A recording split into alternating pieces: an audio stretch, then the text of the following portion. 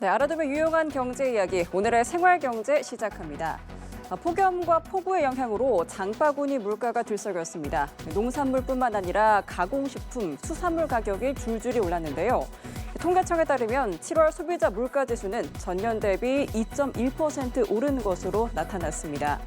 품목별로 살펴보면요. 수산물 가격이 7.3% 오르면서 상승폭이 가장 컸고요. 가공식품이 4.1%, 축산물이 3.5%, 전기, 가스, 수도가 2.7%로 전체적으로 가격이 모두 올랐습니다. 여기서 가공식품은 식품업체들의 가격 인상폭이 계속 반영되면서 4%대 상승세가 이어졌지만 지난달 일부 마트의 대규모 할인 행사 등의 영향으로 상승폭은 4.6%에서 4.1%로 둔화됐습니다. 특히 올여름 폭염과 폭우가 동반한 요란한 날씨 탓에 농산물 가격의 급등세가 눈에 띄는데요.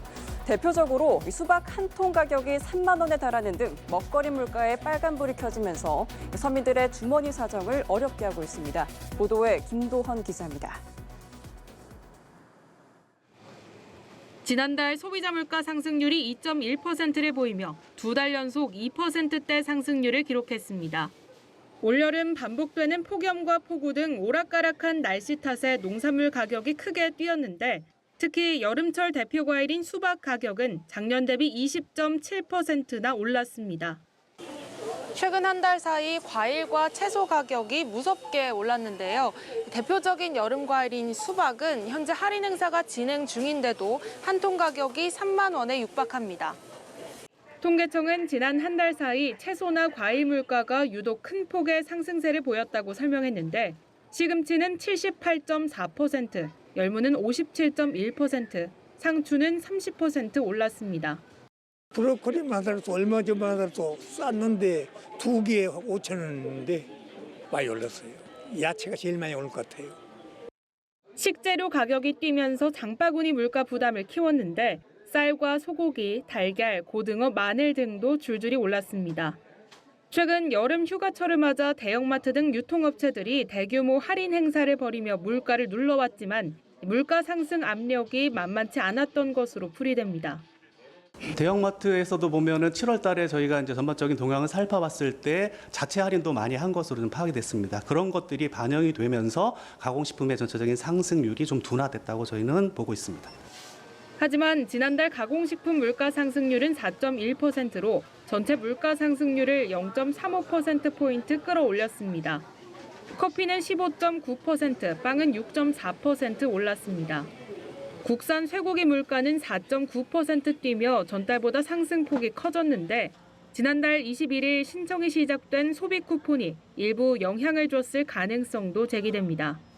체감 물가에 가까운 생활 물가 지수는 2.5% 올라 소비자 부담이 커졌는데 정부는 배추 등 농산물 공급을 확대하는 한편 기후 영향을 크게 받은 품목 중심으로 할인을 지원하는 등 물가 안정에 총력을 기울일 방침입니다. 연합뉴스TV 김도헌입니다. 정부가 폭우와 폭염 등의 영향으로 가격이 오른 품목을 중심으로 할인 지원과 공급 확대에 나섭니다. 이형일 기획재정부 1차관은 오늘 물가관계 차관회의를 열고 관련 대응책을 논의했습니다. 정부는 배추 방출 물량을 하루 평균 200에서 300톤으로 확대해 지난달보다 2배 수준으로 공급하기로 했습니다.